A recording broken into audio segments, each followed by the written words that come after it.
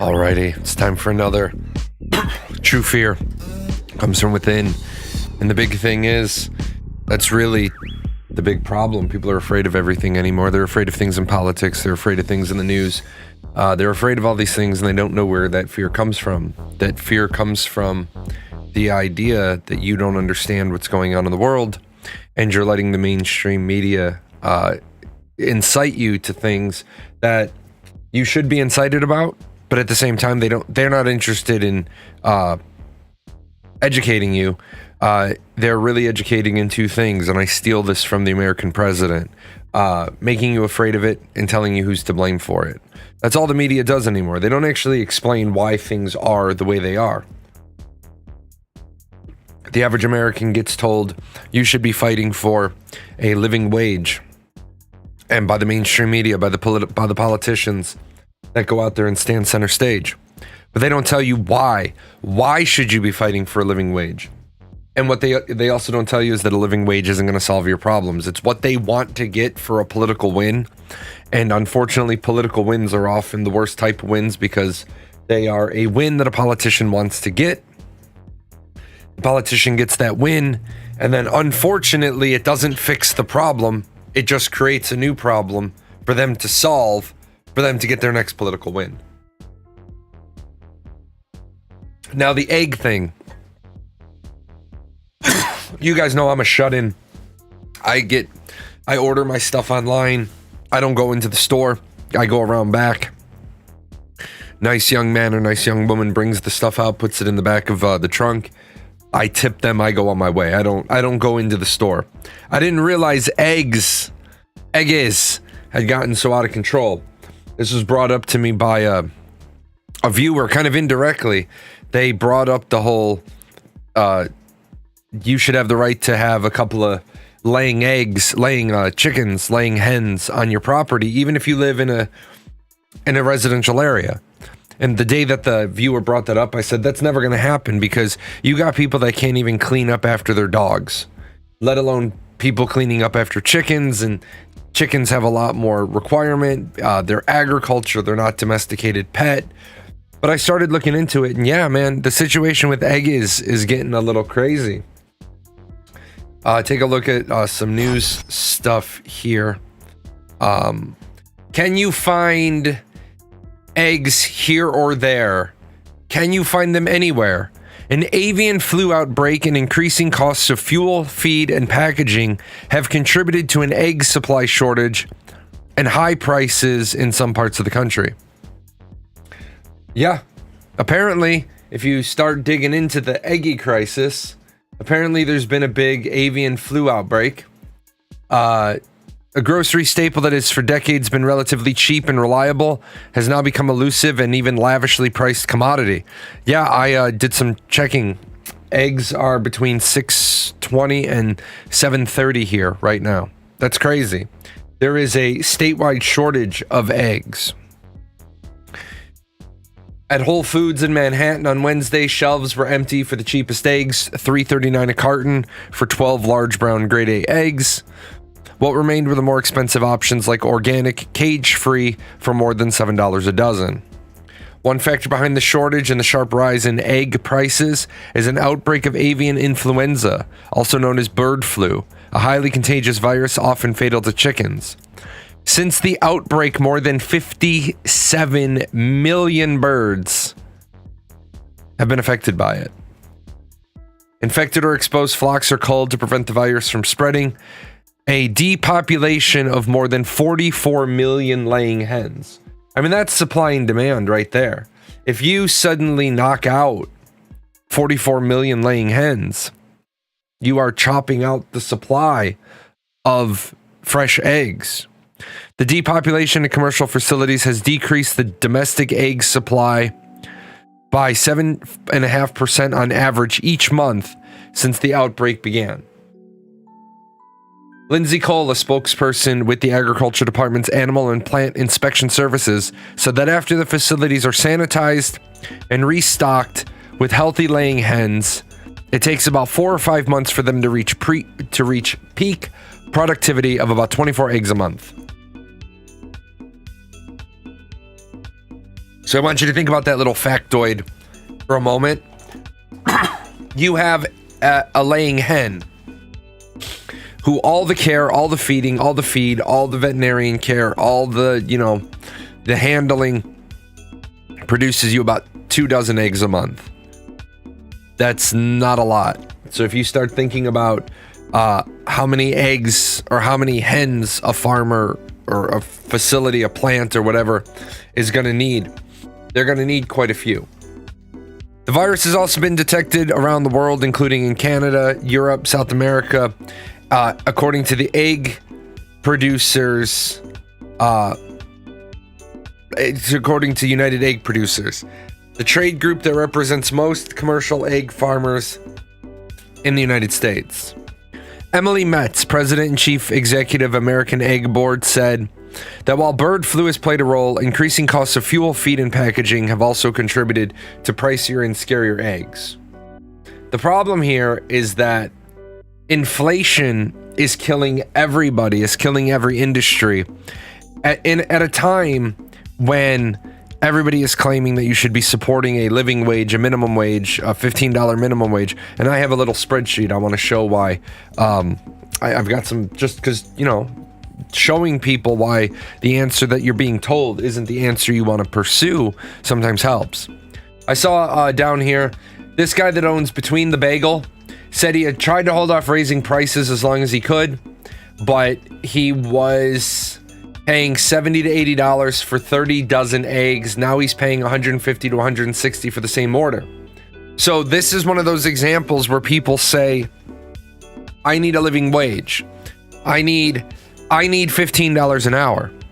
Well, if Mr. Su is paying $160 for a dozen eggs and he has to raise the cost of a sandwich by $1, what happens if that dozen eggs goes up to $300 because you're going to add in every step of the way?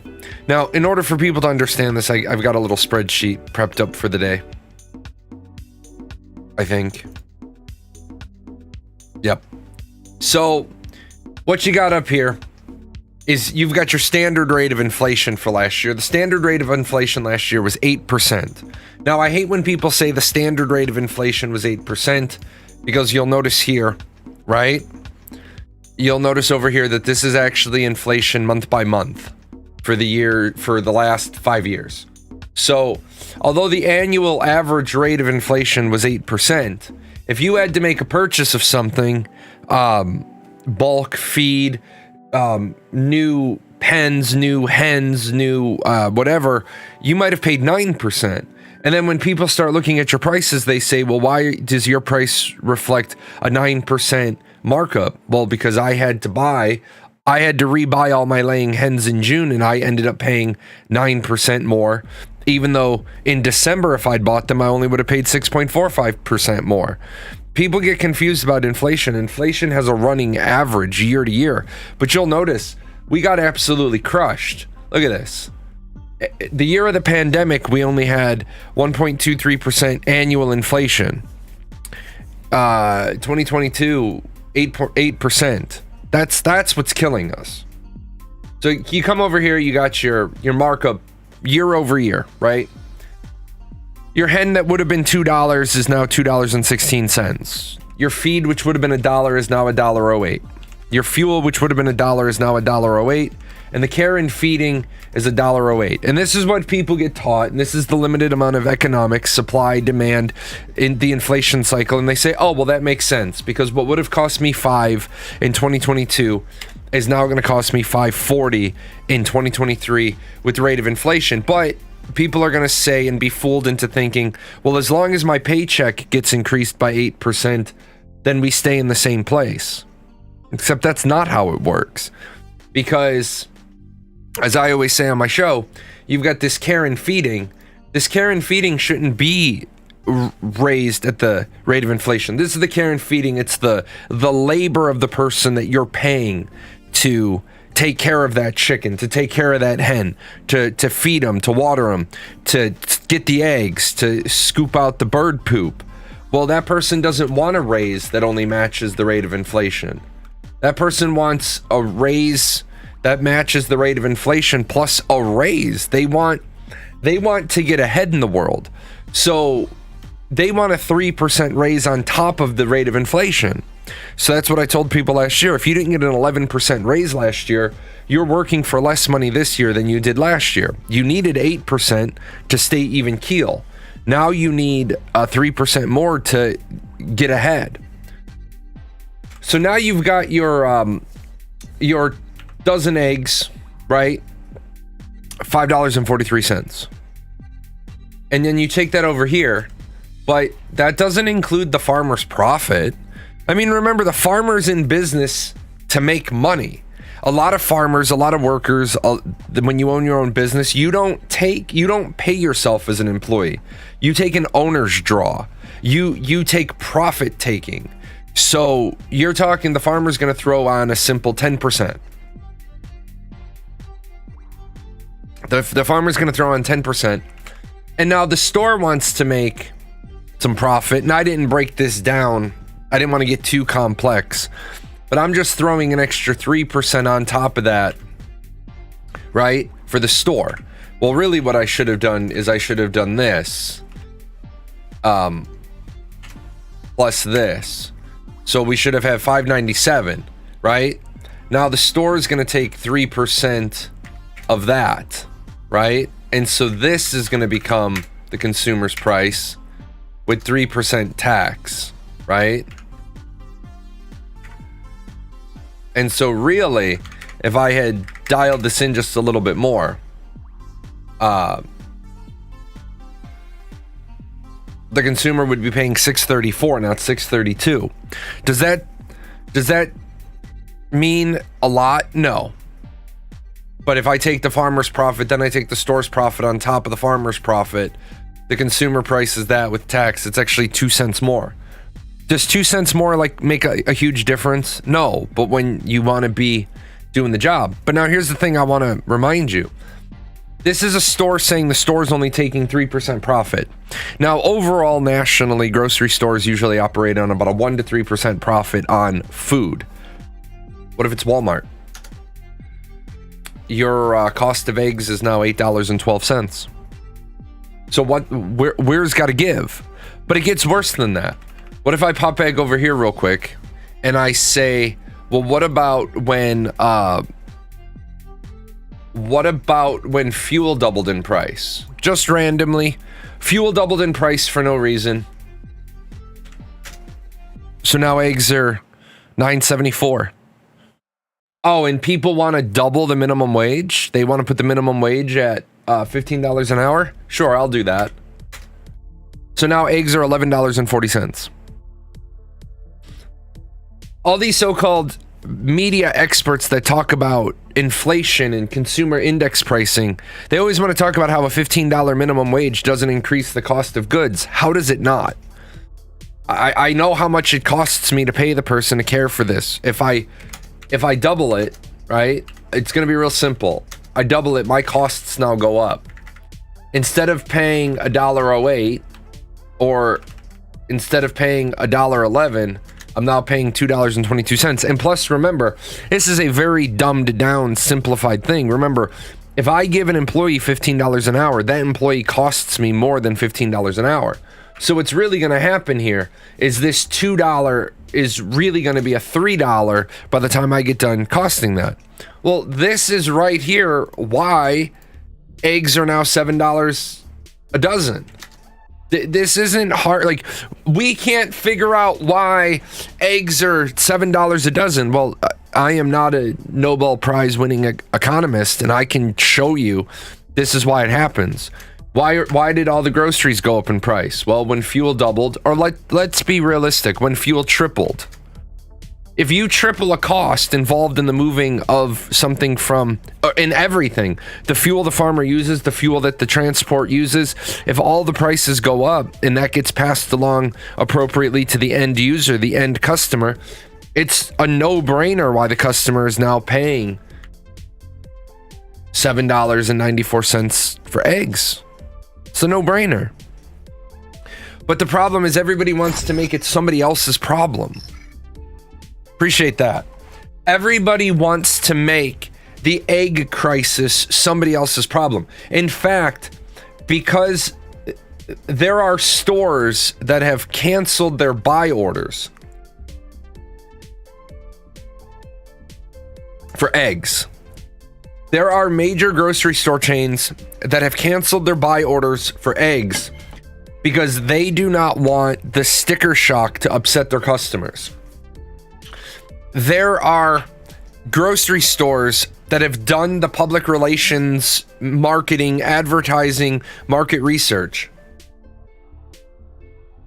And they have come to the conclusion that it is better to upset their customers by not having eggs than it is for them to upset their customers by having eggs at $8 a dozen or $7 a dozen.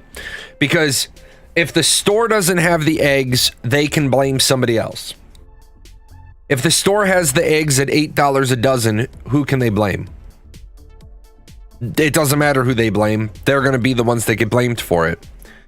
And that's consumerism. Remember we talked about a couple of weeks ago how we did a school reform video, and all my podcasts are both here and on Spotify. But we did a video together where we talked about US school reform.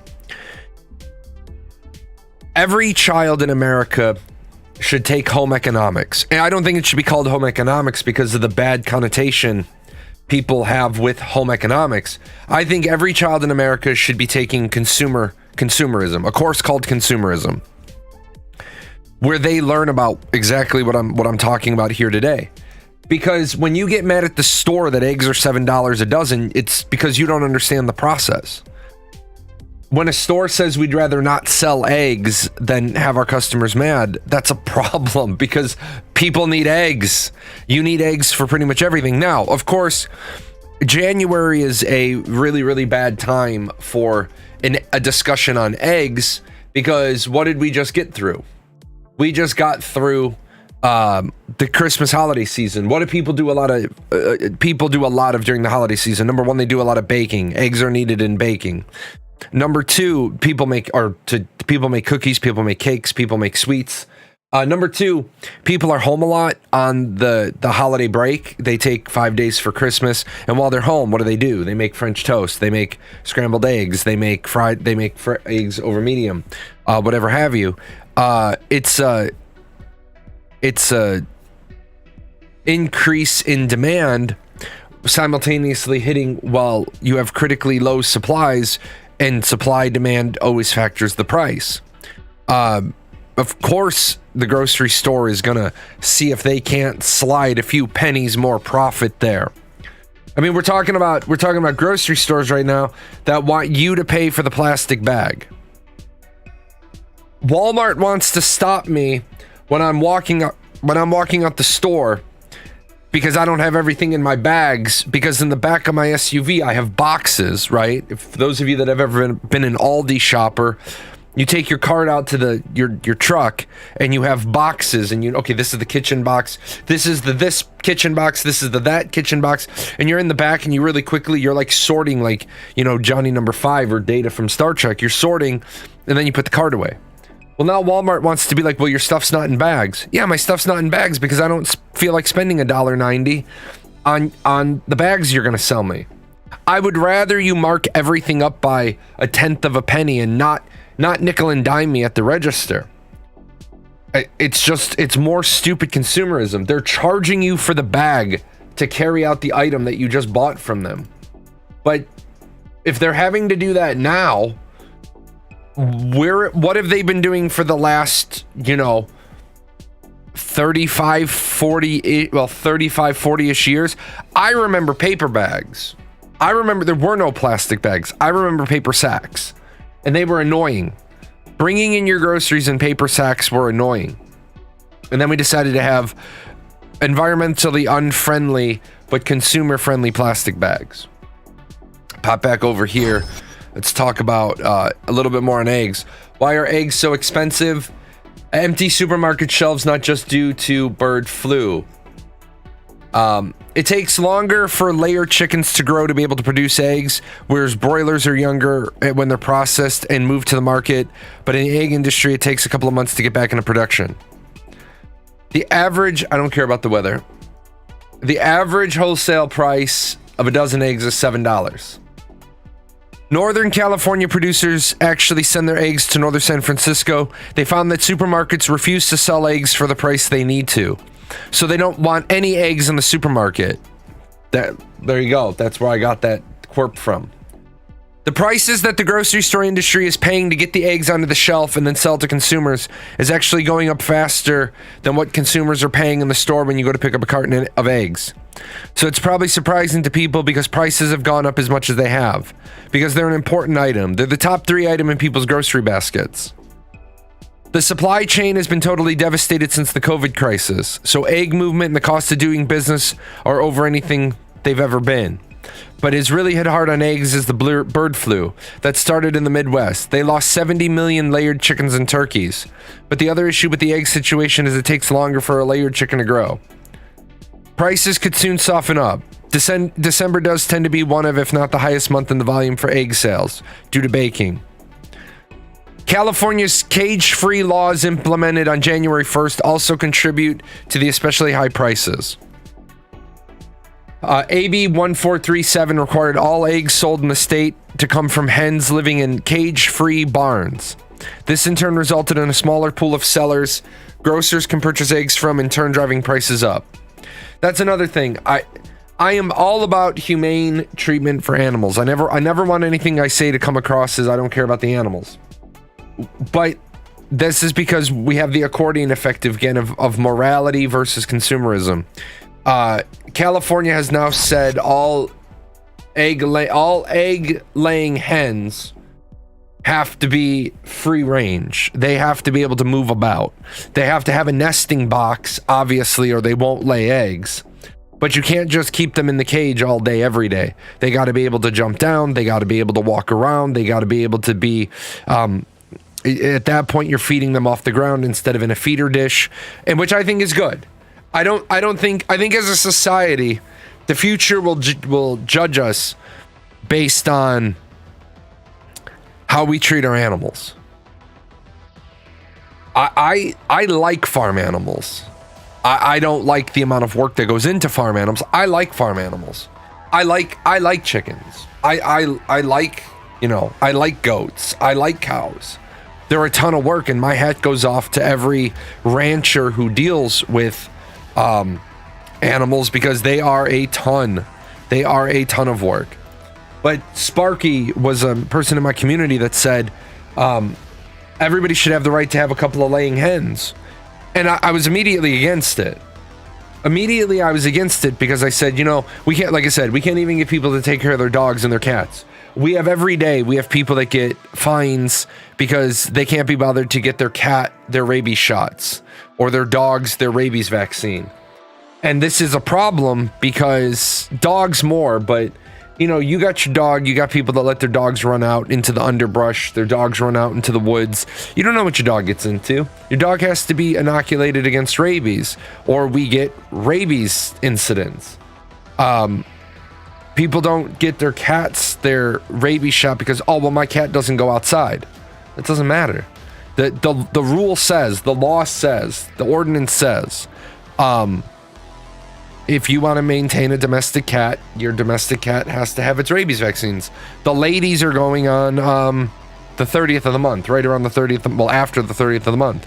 The 2 new kittens, they got to go get their rabies vaccine. I don't like taking my kittens to get them stabbed in the flank with a rabies needle, but the rule says I have to. And by the way, this week's show was going to be on Audit the Auditors, or First Amendment auditors, which is really First, Fourth, Fifth, and Sixth Amendment auditors. I'm going to move that to next week. I want to remind people that ordinances, city ordinances, are city laws. While some of these auditors are correct that your ordinance can't trump my constitutionally protected rights, that is absolutely true. City ordinances are city laws. They're passed by people that were elected. Those are laws. You have to follow them. So, are there any Second Amendment auditors? Yeah, I think the Second Amendment auditors are the NRA. I think the NRA's got that one on lock for us.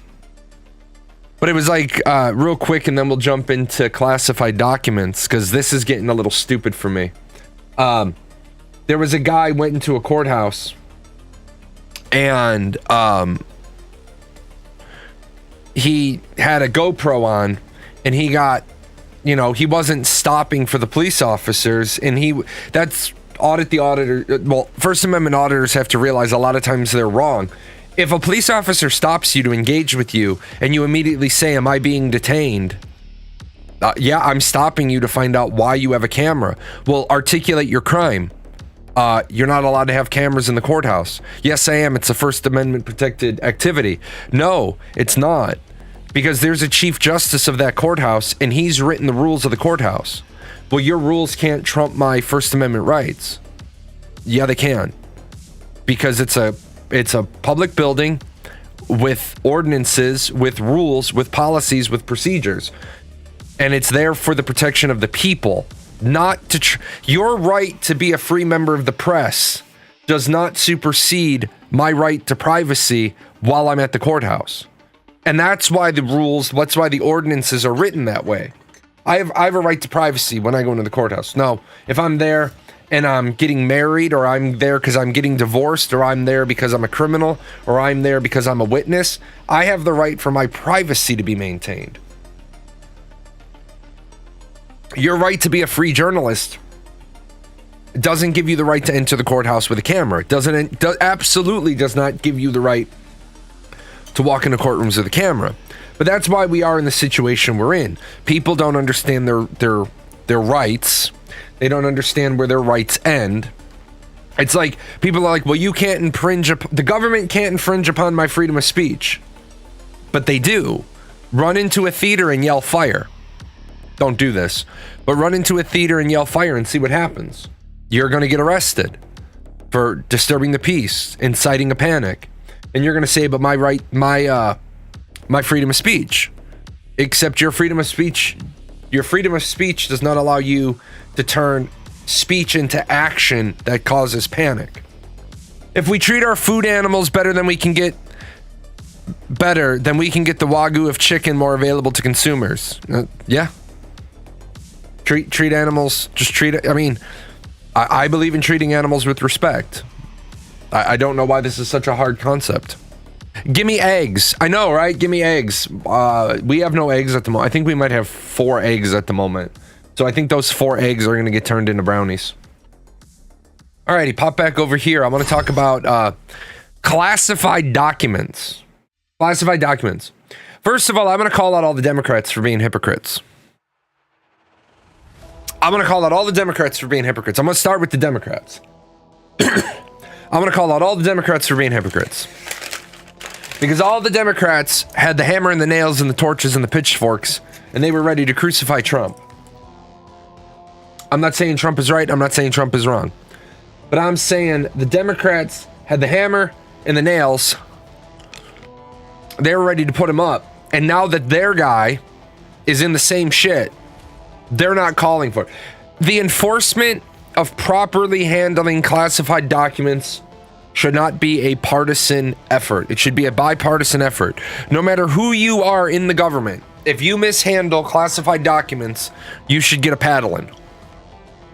Period. We will put a military member in jail for improper handling of classified documents.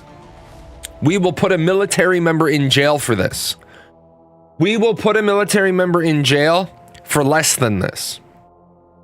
If a military member were to take classified documents home, oh boy, let me tell you, I double and triple checked every single time I had to take classified out of my building to go to the wing building. I double and triple checked my bag. I had a bag that stayed at work. Its sole purpose was for going to and from my vault to the vault in the wing building. I double and triple checked my bag each and every time. My personal bag, even though I knew I'd never put anything in my personal bag, make sure I didn't pick something up, or as you are wont to do, where you're holding something. I was one of the few people that was basically anal retentive about stapling my cover sheets, so that I had a big red cover sheet on every piece of classified. But Joe Biden can have his classified documents in an office after he was the vice president and no longer had access to classified material, and in the garage with his Corvette. Why the White House stayed mum on classified documents. Advisors to President Biden calculated that the Justice Department would view possession of the documents as little more than a good faith mistake. The decision by President Biden and his top advisors to keep the discovery of classified documents secret from the public and even most of the White House for 68 days was driven by what turned out to be a futile hope that the incident could be quietly disposed of without broader implications for Mr. Biden or his presidency. Well, this is, first of all, who is this? This is the New York Times. The New York Times, have some fucking respect. The proper term of address for the president is President Biden, not Mr. Biden. President Biden. So, the decision by President Biden, implications for President Biden. The handful of advisors who were aware of the general discovery 6 days before the midterm elections gambled that without going public, they could convince the Justice Department that the matter was little more than a minor good faith mistake. And unlike President Donald Trump, Mr. Biden, but former President Trump's hoarding of documents at his Florida estate. In fact, the Biden strategy was profoundly influenced by the Trump case, in which the former president refused to turn over the classified documents, even after being subpoenaed. The goal for the Biden team, according to people familiar with the internal deliberations, who spoke on a condition of anonymity, I'm going to highlight this real quick, and we'll get back to it, was to win the trust of the Justice Department investigators and demonstrate that the president and his team were cooperating fully. In other words, they would head off any serious legal repercussions by doing exactly the opposite of what the Biden lawyers had seen the Trump legal team do. Number one, you misguided the electors during the election. You had a fact that you didn't release that allowed your party to pick up a seat in the Senate, but you lost the House, which is standard flip-flopping. You made a deliberate decision 6 days before a major election to not reveal this. Sure. Maybe yes, maybe no, maybe good, maybe bad. But here's where I have a really big problem. Remember I talked about a couple of weeks ago, I did a video on politicians and statesmen. According to people familiar with the internal deliberations who spoke on the condition of anonymity, this is crap. This is absolutely crap. Crap. You should not be able to speak to the press on a condition of anonymity, because then you're not held accountable for the words of your voice. Because I could be the person who goes to the New York Times says a bunch of stuff that's not even true, but I'm speaking on a condition of anonymity. If you want to speak, then speak. But speak as you. Jahlon, who works in the White House, who was part of the deliberations, came forward to the New York Times because what the Biden administration saying was a load of garbage and wanted to make sure that the lies were exposed. We have whistleblower laws. In the short term, the bet seems to have backfired. President Biden's silence while cooperating with investigators did not forestall the appointment of a special counsel, as his aides had hoped, but still resulted in a public uproar once it became clear that the White House had hidden the situation for the public for more than 2 months. President Biden's advisors still hope that the trust they believe they've engendered with the investigators by not litigating the matter in public may yet pay off in the long run by convincing the special counsel that nothing nefarious took place. In the meantime, the strategy has left President Biden open to withering criticisms for concealing the discovery for so long. And now, after a productive year that have seemed to leave the president in a strong position to announce a re-election campaign, the handling of the documents case has eroded his capacity to claim the high road against Mr. Trump, President Trump, while also raising questions about his team's ability to navigate Republican attacks on Capitol Hill. All right, this is where the big problem is, right? Exactly. Absolutely. Attempting to cover it up is nefarious. Now, this is where I think we've got some journalistic grandstanding, journalistic confusion, I don't think the Biden administration was journalistic bias. I truly do not believe that the Biden administration was trying to cover this up. I believe the Biden administration was trying to resolve it without derailing the presidency. With that said, you're the president. If you think you can handle stuff quietly, on the hush-hush, what does that say to all of the people in the government? You can, if you don't want to take the shit for it, if you can cover it up on the hush-hush, cover it up on the hush-hush. During a trip to California to tour the storm damage, President Biden tried to brush off questions from reporters about whether he regretted not divulging earlier the classified material. We are fully cooperating, looking forward to getting this resolved. I think you're going to find there's nothing there. I have no regrets. I'm following what the lawyers have told me they want me to do. It's exactly what we're doing. There's no there. Well, first of all, I don't even know what there's no there. Come on, Sleepy Joe. Come on, Grandpa. Time to put you in the activity room.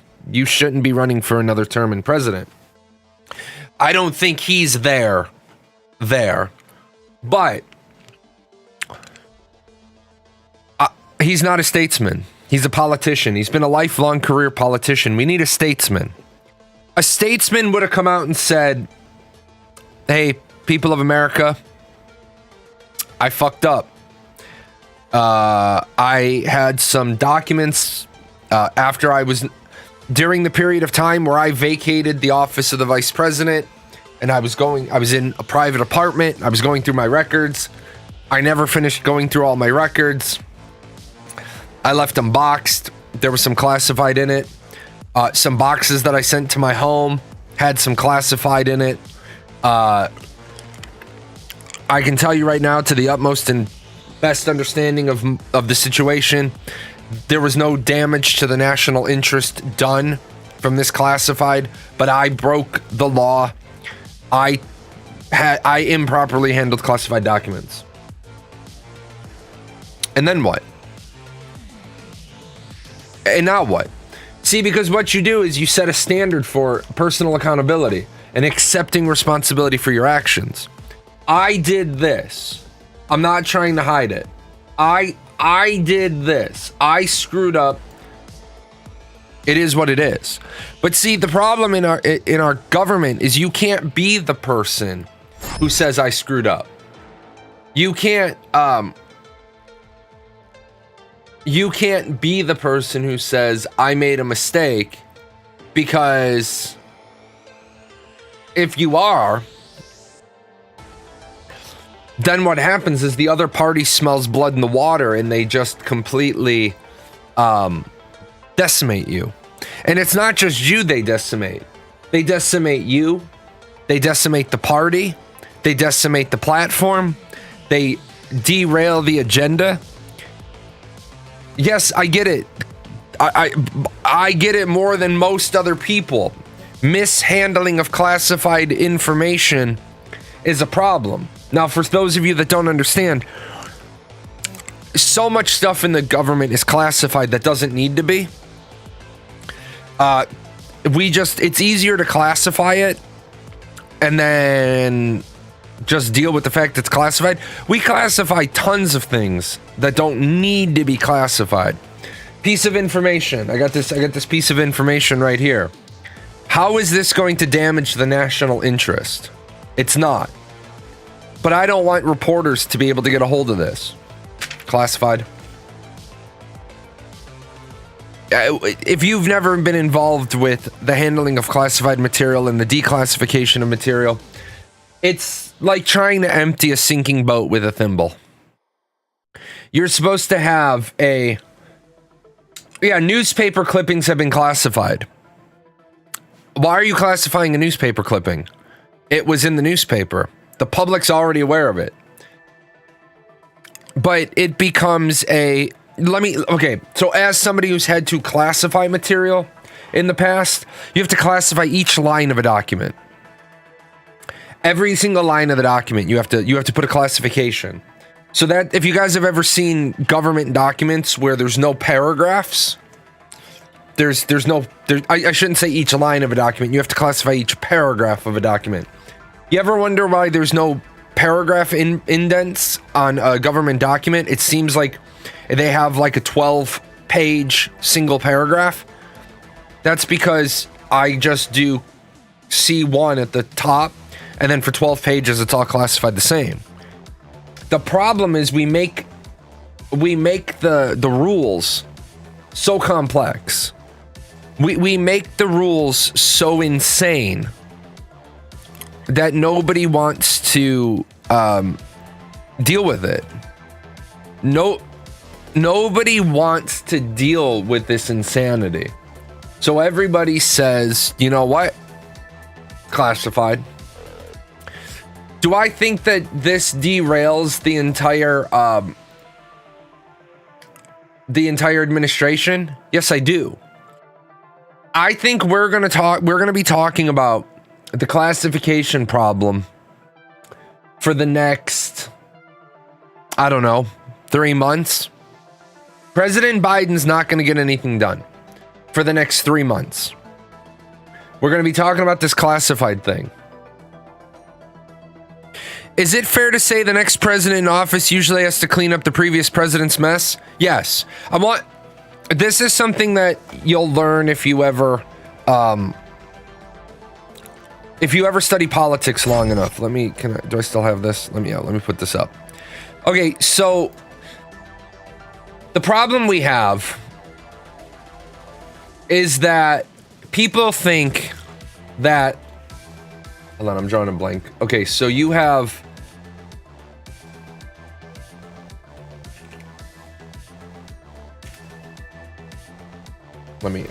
I apologize, but my brain is not working the way I want it to. So we're gonna do, let's not go all the way back to 2001. We're gonna try to keep that a little closer. We're gonna go 2009, 2010, 2011, 2012, 2013, 2014, 2015, and we're gonna, because I want to try to avoid being completely inflammatory with people. But so this is all right. The president here is President Obama, right? So the president here is President Obama. But everybody gives President Obama the credit for the economy, right? we're just going to throw, right? You got the economy uplift early on in President Obama's term, right? How is the president that just became president getting the credit for the economy for while they're president? The first 3 years of your presidency, right?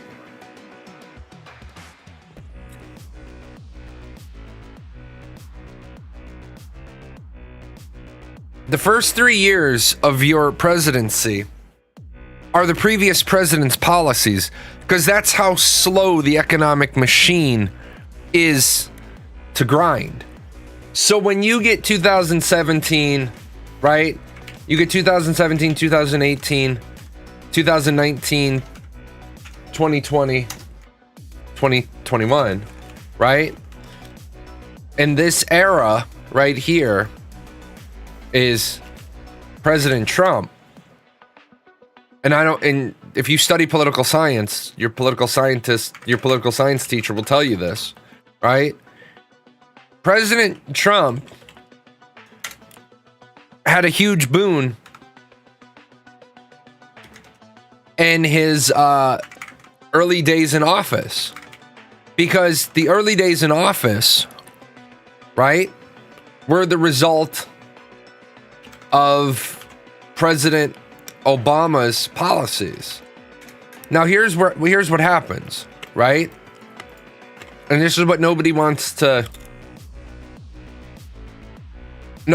accept. Why did I change the color? Because what Trump didn't help the economy. Trump had the economy's doing so well at the beginning of his term. Yeah, because of what President Obama did.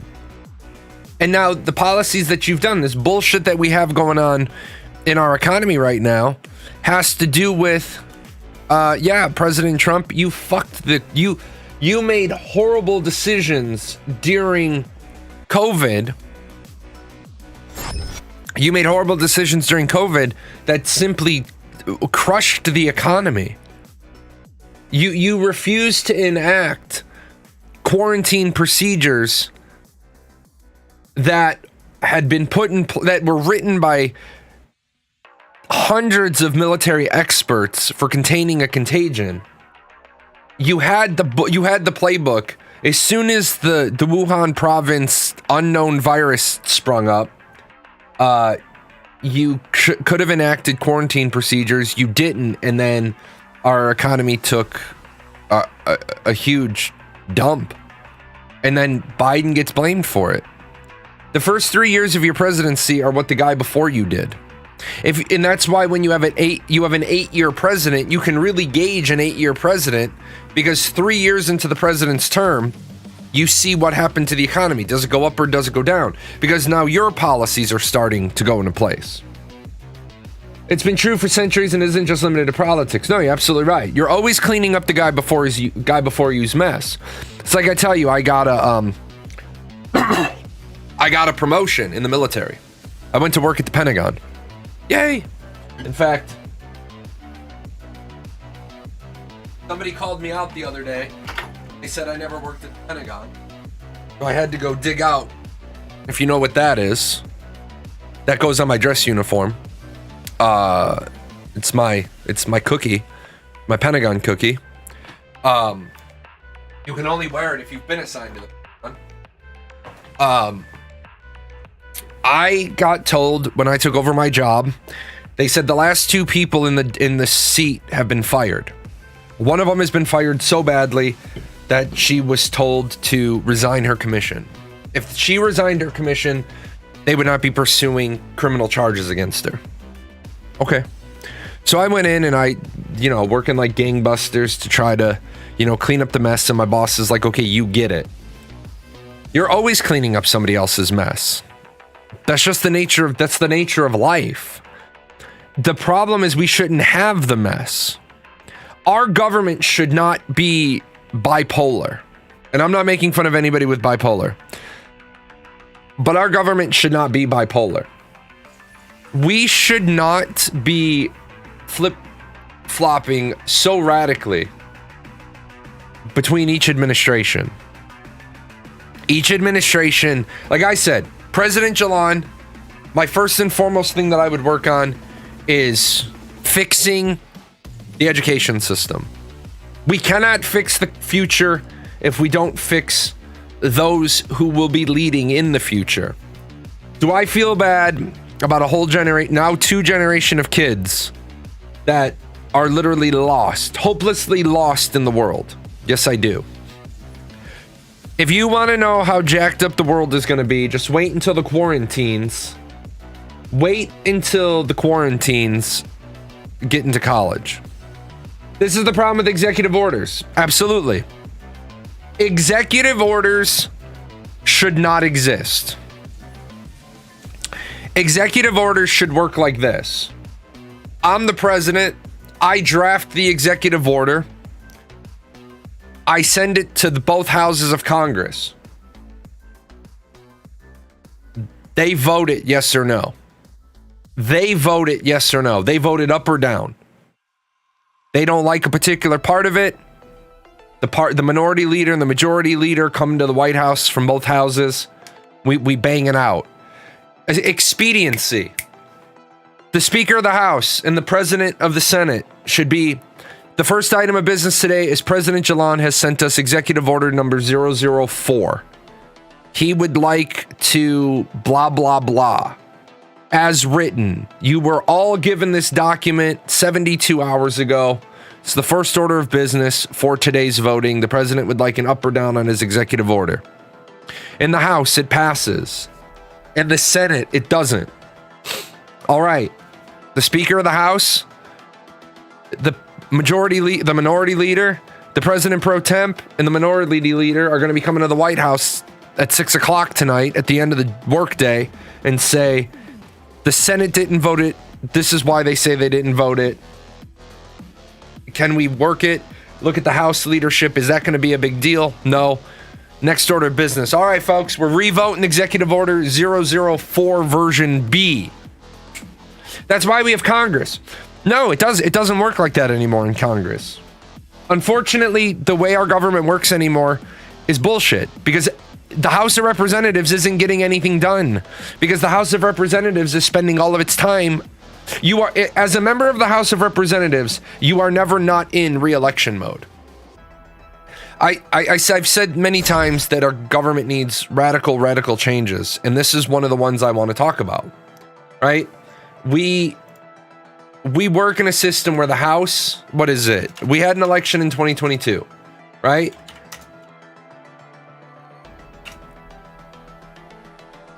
So 2022, House, 1/3 of Senate, right? 2024, House, 1/3 of Senate, and the president. 2026, House and 1/3 of the Senate. You see the problem here? The House is never not running for re-election. This may have worked in 1776 when we were laying out the foundations of the government, but this doesn't work anymore. This doesn't work. This is what I would say the suggestion is. The House needs to become 4-year terms, right? The Senate needs to become 8-year terms. And 50% each election cycle, right? Only on president years. Boom. That's the change we need so that these yokdums can get into office, figure out what they're supposed to be doing, right? Back when people really didn't want to be part of Congress. That is where it comes from. People did not want to be elected to Congress. They did not want to be elected to the House of Representatives. You guys remember this, but if you read your history, you would get nominated for Congress by somebody else and you would be like, no, I couldn't. And then you'd get elected and you'd be like, I'm a statesman. I've been called to serve, and serve I will go. They did 2-year terms because the people wanted to go and run and be there for 2 years, maybe 4 years, and come home. If we don't change our election cycle, we're never going to fix it. So the House should be bumped to 4-year terms, and they only run in the presidential years. The Senate should be bumped to 8-year terms. 50% of them should be every other presidential election. Boom, boom, boom, boom. Let's keep people in the seat. Let's keep people in the seat that actually keep the thing going. But then again, I want to talk about this one because we want to talk about crappy politicians, right? Let's talk about what can Congress do about Representative-elect George Santos, who lied ahead of winning his election. An investigation into George Santos's campaign spending, work experience, and personal background continue to build. New York Congressman-elect was seen sitting alone on the Republican side of the House floor ahead of the Tuesday Speaker vote. Santos will likely still be sworn in as a freshman congressman, but there are questions of how long and whether he should remain in office. This one,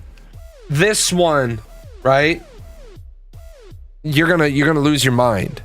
The newly elected Republican admitted last week to lying to voters about his resume, including his personal and professional qualifications, and said he still intends to take office in the new 118th Congress. Santos declined to answer reporters' questions. Santos is facing growing condemnation. A local and federal investigation after a series of stories first reported showed he lied about his education, heritage, previous employment, and more. His lies were described as nothing short of stunning. Admitted to lying about his ancestry. He claimed he was a proud Jewish American whose family fled Jewish persecution in the Ukraine, settled in Belgium, and again fled during persecution during World War II. He says he's now a Catholic. I always joke, I'm Catholic, but I'm also Jew-ish. As in, ish. No. Using family trees compiled by genealogy websites, records on Jewish refugees, and interviews with multiple genealogists, it found no evidence supporting his claim. The Republican Jewish coalition said the congressman-elect deceived us and misrepresented his heritage. All right. So this is how you know that media doesn't really care about reporting the important stuff.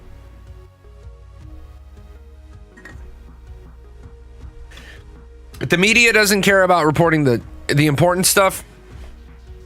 The media cares about reporting what's going to get people inflamed. And writing a news article that's going to inflame Jews, I guess, is the way we do it. Now, Santos lied about graduating from Baruch College, running an animal rescue group, and working at Citigroup and Goldman Sachs. He told the New York Post he lied about his education and used a poor choice of words to describe his professional ties. I didn't graduate from any institute of higher learning. Hold on a second. Why the fuck is this not the lead of the story? Guy claims college education. Big, fat, stupid liar. This brings me back to the point. I am not saying that you need to go to college to be a statesman. But for God's sake, we have an academic core of curriculum called political science. How is having a degree in political science not a prerequisite for politicians? Not statesmen, politicians. Politicians. I have a degree in poli-sci.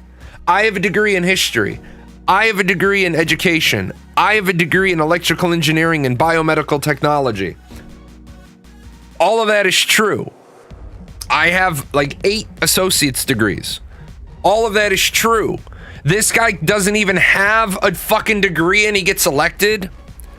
I'm embarrassed and sorry for having embellished my resume. Dude, embellishing your resume is when you say you graduated with a 4.0 GPA instead of a 3.8.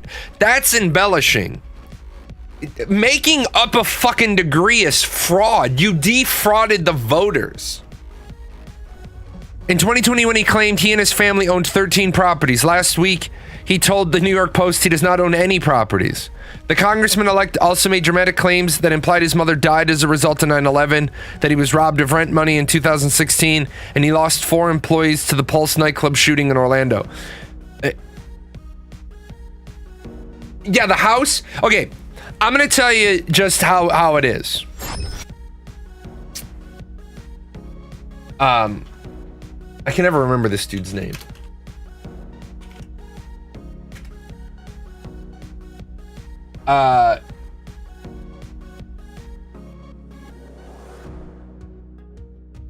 If I was Steve Scalise, who's the House Majority Leader, I would have simply refused to seat him. I would have said, go back to your state, go back to your governor, have your governor do a special appointment. You're not getting seated. You're not being sworn in. As the majority leader, I would have walked across the aisle to the minority leader and said, look, bipartisan for this. I want to not seat this clown. I don't want this to turn into the Democrats don't want us to seat our guy and now we have a fight. I want you as the minority leader to come out and talk to the press with me, shoulder to shoulder, and I want to say, I'm not seating this guy. And I've reached across the aisle to my Democratic counterpart, and my Democratic counterpart agrees with me that this is the catalyst. This is the cornerstone of holding us all responsible for why we're not going to allow this shenanigans. But now what grumpy old man says, the political apparatus that make money from the election cycle would flip their lid. If we tried to change Congress, there's a whole bunch of profiteers that would lose their minds. We can't ever fix the problem. I wrote a paper 20 years ago.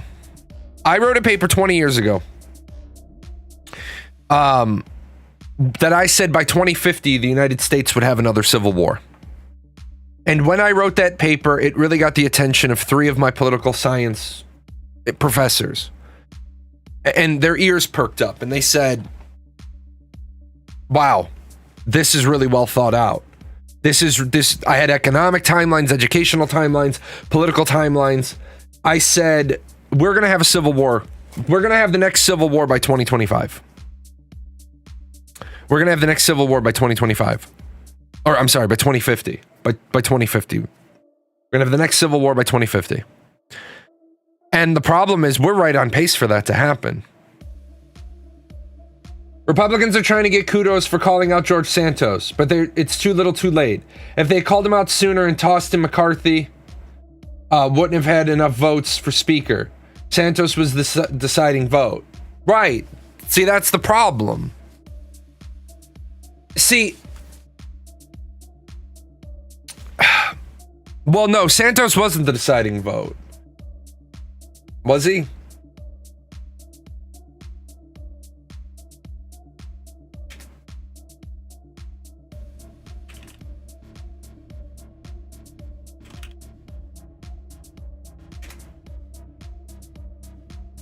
No, Santos wasn't the deciding vote. Anyone who voted for him was the deciding, because they needed Santos wasn't the deciding vote because they have 222 to 213. You need 218's the majority. They couldn't even get the Republicans to vote for him. I know what you're saying, where they couldn't afford to punt him because they couldn't get, they were having a hard time getting the majority for the election. But the whole McCarthy thing is a whole nother problem.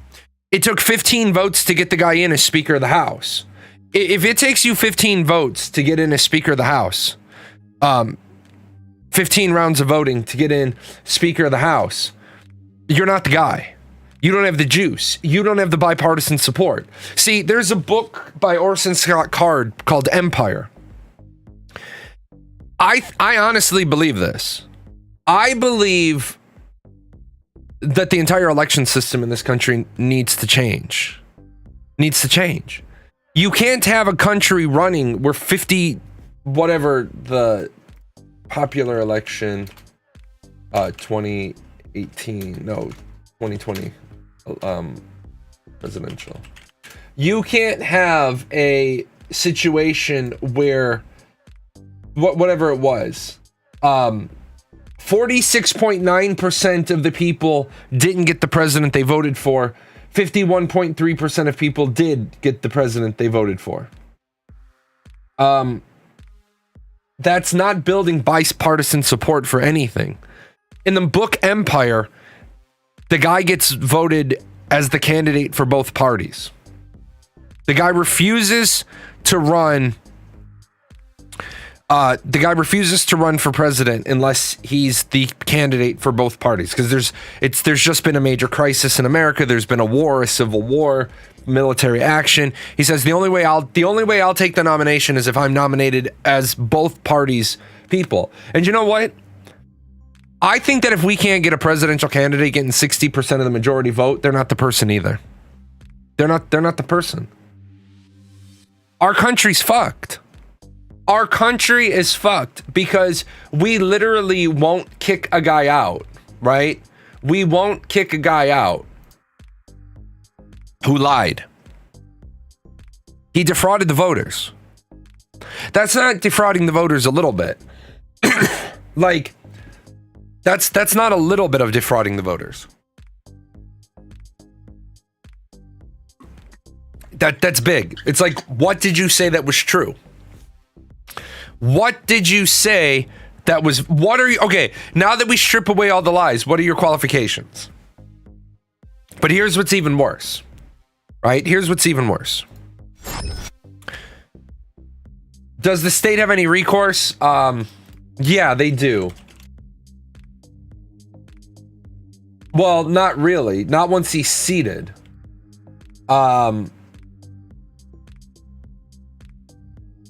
But yes, he could be impeached. He could be impeached by the House and then booted. Here's the problem we have. All of you about to rage at me. You're all about to rage at me, and I get it. I am about to be Daffy Duck. I'm about to get Elmer Fudd's shotgun blast both barrels. No, I don't think his own district can recall him. Yeah, they cannot recall a member of Congress. It's prohibited by the Constitution. You're all about to hit me both barrels in the face. Get ready. It's going to be spicy. This is the closest to a statesman we have right now. This is the closest to a statesman we have at the moment.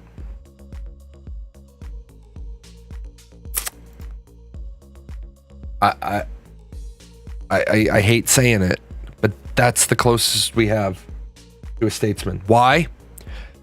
No, that is the closest we have to a statesman. That's how bad all the other ones are. That's how bad all the other ones. He is the closest thing we have to a statesman. I didn't say he is a statesman. I said he's the closest thing we have to a statesman. Because he's out there talking about things. He's not even in office, and he's out there talking about things that need to be talked about that nobody else is talking about. As El Pollo Loco as this guy is, right? As crazy as this dude is, he's talking about the stuff that needs to be talked about. He's talking about the things that need to be talked about. Trump to the GOP. Trump to the Republicans. Don't touch Medicare or Social Security.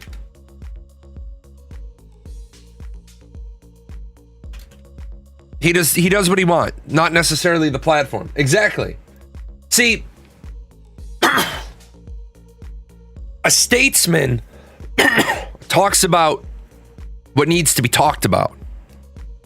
A statesman talks about what needs talking about. He's talking about what needs to be talked about. And he's not a statesman. He's got too much baggage. He's got too much crazy. But let me tell you, world leaders feared Trump way more than they fear Biden. There's an on-running joke that all the world leaders carried a phone that only President Trump had a number to. Because people were afraid. It's a joke. It's a comedian's joke. But it's this. Ring, ring, ring, Ring. Fuck them, invade them. Holy shit, we missed a call from President Trump. Call him back, call him back. Oh, fuck. Bombers are already in the air. They're already making a beachhead. We missed the call and he's already invading. I'm going to say this. President Biden is very weak. President Biden, he gave up Afghanistan. We held that country, we held the airport in Afghanistan with blood for 2 decades. 2 decades. And he gave up the airport. There's no way to get back in there now. There's no way we could have held the airport forever. We could have given the Taliban the rest of the country and held on to the airport and just said, we're holding on to this and we're going to fuck your day up. If you come anywhere near us, we're going to fuck your day up. We're going to hold on to this airport though. But now we gave up the airport. The only way to get back into Afghanistan is over the ground. We actually have one of the oldest governments that has remained largely unchanged since the Industrial Revolution. The United Kingdom took a lot of power from the royals. France's government was rebuilt in the 1960s. Most of Europe in the 1940s rebuilt. Canada changed its Commonwealth status in the 1930s. Thomas Jefferson believed the country's constitution should be rewritten every 19 years. We need big changes in this country. I believe I remember that.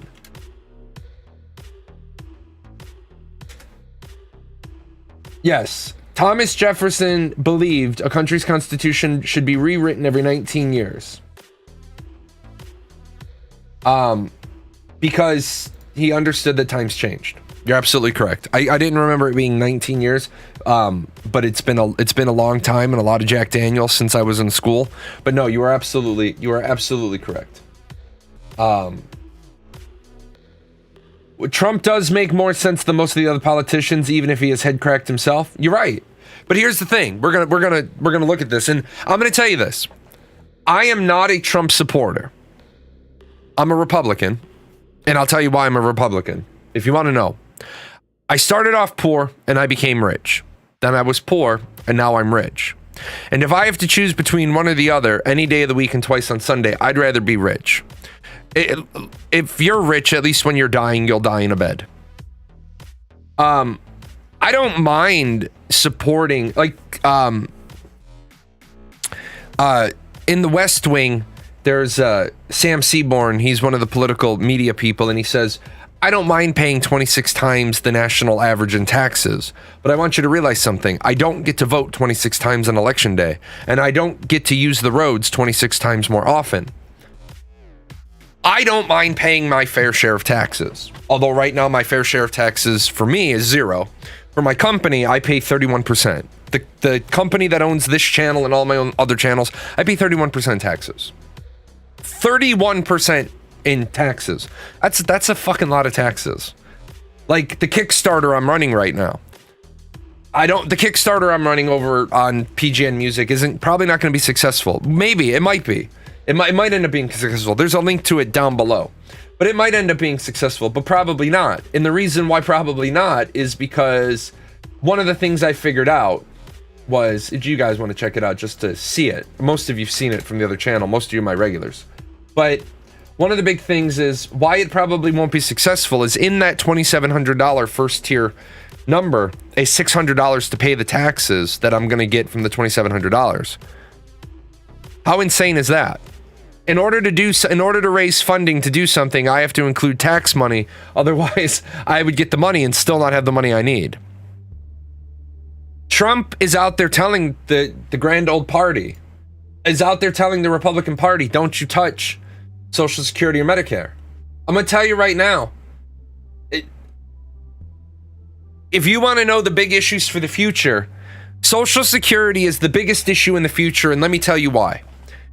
You're paying Social Security right now, and you can't be guaranteed your Social Security benefits are going to be there when you get to the age of collecting Social Security, which is bullshit because there's more people paying into Social Security right now than there are people receiving Social Security. So that money should be going into a bank account and it shouldn't be touched for any other thing. Now, for those of you that get caught up in the whole there's not going to be Social Security is a must-pay item on the national budget. The government cannot pay anything other before they pay Social Security. Appreciate that, Purple Frog. The government must pay Social Security before they pay anything else. It's like in the order of operations, they must pay Social Security. They are required to. The thing is that if they just left all of the money from Social Security into the account within several years, Congress every 10 years would be able to draw off the interest to fund other things. They wouldn't need to worry about funding Social Security. Within, I think the last time I checked, if you just left all the Social Security money in Social Security for 5 years, 10 years after that, you would be generating interest you could draw off to pay other things and not put the system at risk. So, the ex-president has long viewed entitlement reform as a political loser, but his timing is now notable. Former President Trump issued a warning to Republican lawmakers on Friday. Don't lay a finger on entitlement programs as part of the debt ceiling showdown with the White House. Under no circumstances should Republicans vote to cut a single penny from Medicare or Social Security. The 2-minute video goes on to lambast President Joe Biden over the migration crisis at the southern border is part of the serious policy announcements put out by his campaign. And it comes amid a growing brinkmanship between congressional Republicans and the White House. Republicans have vowed not to raise the federal government's borrowing capacity unless Biden makes steep cuts to federal spending, potentially impacting social insurance programs like Social Security and Medicare. Trump's video is a warning to his fellow party members not to go there. Instead, he suggests targeting foreign aid, cracking down on migration, and ending left-wing gender programs from our military, and billions spent on climate extremism. Cut waste, fraud, and abuse everywhere that we can find it, and there's plenty of it. But do not cut benefits our seniors worked for and paid for their entire lives. Save Social Security, don't destroy it. Trump's position echoes his long-held, albeit unorthodox, conviction that the Republican Party should stay away from attaching themselves to entitlement reform. Prior to being elected president, Trump was highly critical of Paul Ryan for pushing austerity budgets during the Obama years. As a candidate for president, he insisted he would preserve Medicare and Social Security. There was never any serious discussion of doing so during his time in office. Nevertheless, in issuing his statement, Trump places his fellow Republicans in a political corner. Several of them have openly discussed using the looming debt ceiling standoff to extract cuts in non-discretionary spending, though party leadership has not fully embraced such a demand. All right, let me say this. You do not win re-election if you cut Medicare and Social Security. What about this news? What about it? You do not win re-election by taking away money from seniors, because there's two things you don't fuck with in U.S. politics: seniors and the military. You don't screw with the military, because you screw with the military spouse, the military's parents, the military's grandparents, the military's voting age kids, their aunts, their uncles, their brothers, their sisters, their cousins, their nieces, their nephews. I put on my Facebook, don't vote for this clown because he's threatening my military pension. And all of a sudden, 45 people are going to vote against you for no other reason, because you're affecting me personally. Grandma is worried about not getting a cost of living adjustment because XYZ party member wants to vote down Medicare or Social Security increases. Okay, guess what? Grandma's whole family. Grandma is the matriarch of her family. Grandma at Thanksgiving, or grandma at 4th of July barbecue in an election year says, "Oh, have you seen what that grumpy old man candidate wants to do to my Medicare? Have you seen what that grumpy old man candidate wants to do to my Social Security? I'm gonna have to sell this house. I'm gonna have to go into the home. There's not gonna be any more barbecues here." All of a sudden, the whole family gets silent, and they're like, "What's up, Nana? What's going on?" They're talking about freezing Medicare payments for 5 years, and we're not going to get cost of living adjustments, and I'm barely making ends meet ever since your grandpa passed away, and I don't get his pension money anymore. All of a sudden, you got 60 voters. You got 60 voters who are like, "You're fucking with my grandma. You're fucking with my Nana." Who are we voting for? that politically charges people. You never fuck with the old people or the military people.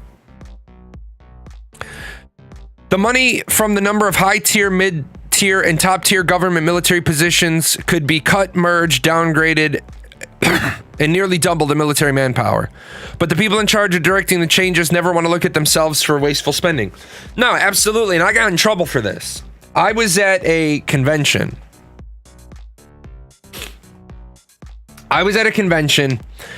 A manpower convention. And I got in trouble for what I did. You guys know the bathtub method of growing leadership. If you need leadership today, you needed to start growing that leadership 4 years ago. If you need staff sergeants today, then in the military is dumb.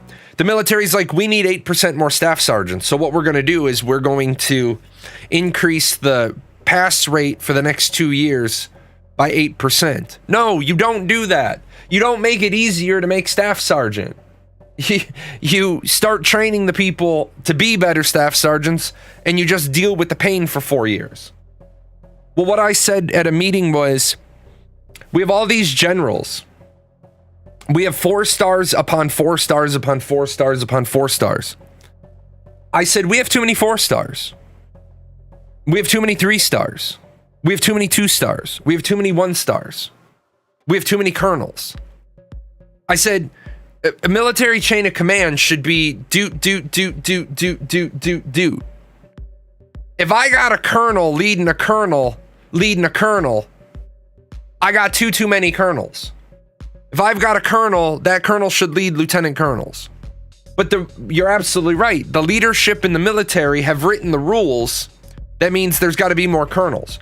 You have a wing commander who's a colonel. His vice is a colonel, a more junior colonel to him. Every group commander is a colonel. I'm going to pop over here because I think this will be easier to see if we do this. So this is my problem. This is my problem with the setup, right? You got the guy at the top of the food chain. He's a colonel, right? And he has a second in command who's a colonel. And then he leads 6 groups, right? And each one of these groups is led by a colonel. Did I miss that one? Oh, I did. We'll copy you. There we go. Nice and clean. He leads 6 groups, and they're all led by colonels. And then down here, you have a lieutenant colonel, a major, a lieutenant colonel, a colonel, a lieutenant colonel, and a major. And that's how it breaks out. Why? Why is this guy? Why is a colonel leading a major? Why do we suddenly have a 2-step down difference? Right? Why is this guy like this? Right? A colonel should have a colonel as a backup because one goes down, you need a colonel already in place. I get that. But all these guys, right? All these guys should be lieutenant colonels. Right? All those guys should be lieutenant colonels. Then the people under them should all be majors.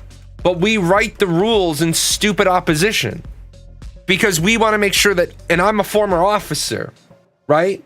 I'm a former officer. We create positions for ourselves and for the future officers. I did this analysis once that if we just realigned the rank structures, we wouldn't have to keep like what we do in the military. You guys know the old joke, right? I'm gonna do the old joke here.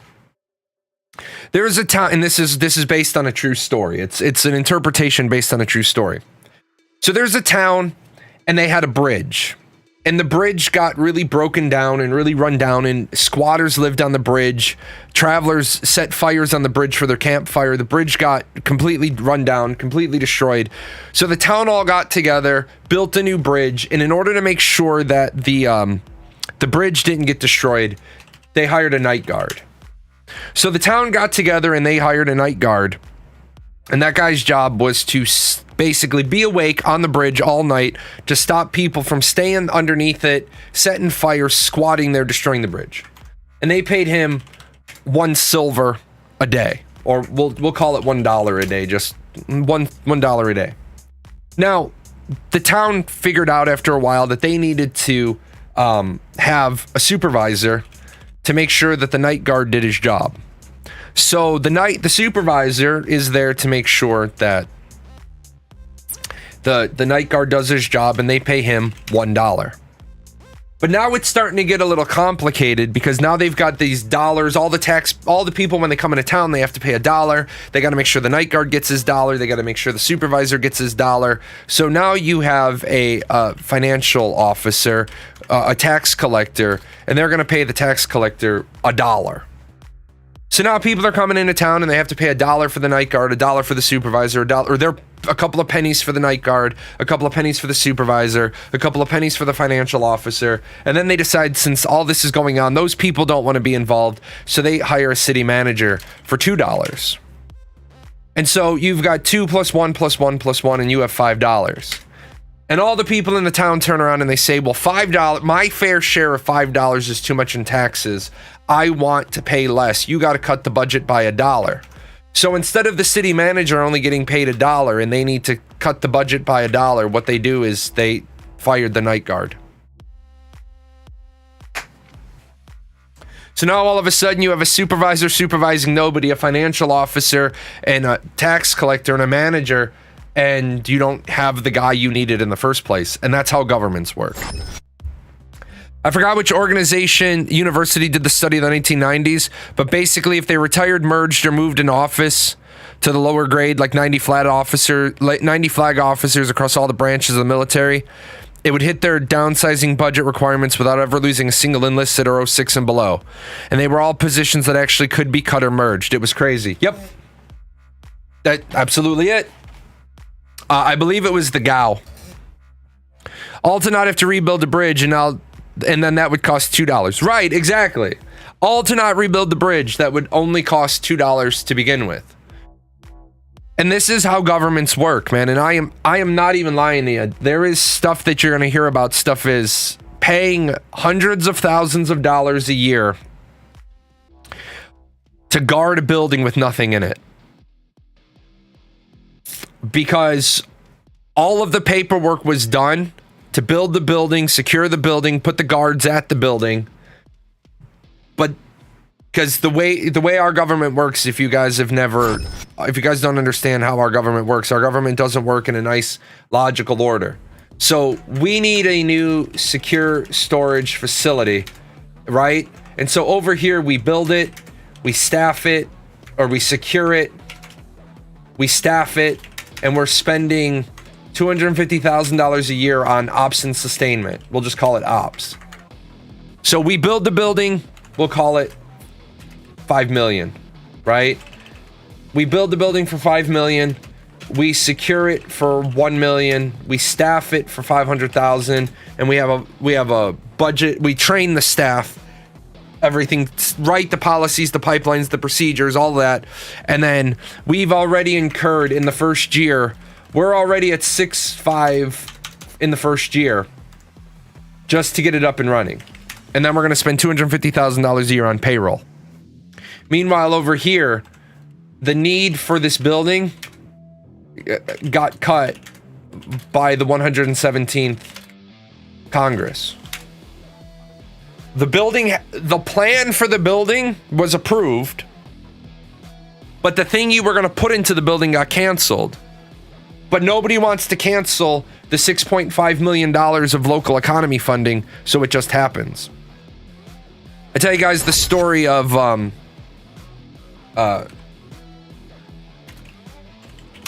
there was an Air Force base in Illinois called Chanute Air Force Base. It was in Champaign County, right? It was in Champaign County, 1971. It closed in 1993. In 1992, they finished 2 brand new state-of-the-art dorms. New dorming models. Instead of putting 5 or 6 airmen in a room together, they went down to this quad pack sort of deal. If you guys aren't familiar with the quad pack, you have you have 4 airmen that each have their own bedroom and bathroom, but they share a common area and a kitchen. And it's kind of, at the time it was kind of a new thing. Most of the airmen rooms now have their own little kitchenette. We're moving away from making people share a kitchen. But in 1992, they finished these state-of-the-art dorms. And since there were no military people getting assigned to the base, they sold the dorms to the University of Illinois for $1 each. They sold the dorms, $1 each. The president of the university took over this military. The university took over the whole military base. The fences got taken down. All the military stuff got taken out. There were classrooms, all this stuff. They took it over. One day, the mayor of the town, group, whatever, comes in, and there's a construction crew ripping up the curb. The mayor walks over and says, hi, what are you doing? I don't know anything about this. And the guy has a contract. He says, we have a contract from the federal government to relay all these curbs. Apparently they were laid wrong back in 1990, and this is the retrofit contract. Then the mayor or the president of the university says, the military doesn't own this anymore, so who's paying for this? Oh, it's already paid for. It was paid for while the Air Force still had this as an Air Force base. The Air Force was paying for a local town or a local university's curbs to be redone on a contract that was signed 5 years ago. That's where all our money goes. Our money goes into, we don't even know where the money goes. So yeah, you're talking about we're never going to fix this problem until the American people put somebody into the offices like Trump, but not a glory hound, not a grandstander. Like, I'm sorry. I love the world, man. I do. I feel bad for people living in squalor in the world. I truly do. But I don't get down with the United States giving as much foreign aid as we do. And the reason why I don't is because you got veterans who the rules are written so that veterans can't get the money they need, the help they need, the aid they need. Because in order to get your VA benefits, you need a permanent address. But in order to get a permanent address, you need income. In order to get income, you need a job. And if you can have a working job, then you downgrade all of your VA benefits. Like, some people have said, well, couldn't I go get a job? No, not a job. Not a job. Not a job working for somebody else. No, not at all. This morning, right? I had intended to be up at 7 o'clock this morning. My intention was to be up at 7 o'clock this morning and get up. Well, I need to update PJ and music. My intention was to get up at 7 o'clock this morning, get everything taken care of, and then do the show. The problem was,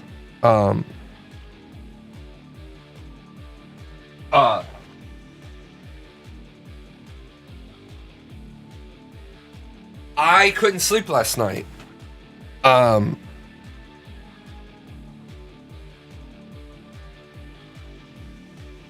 I could not sleep. I had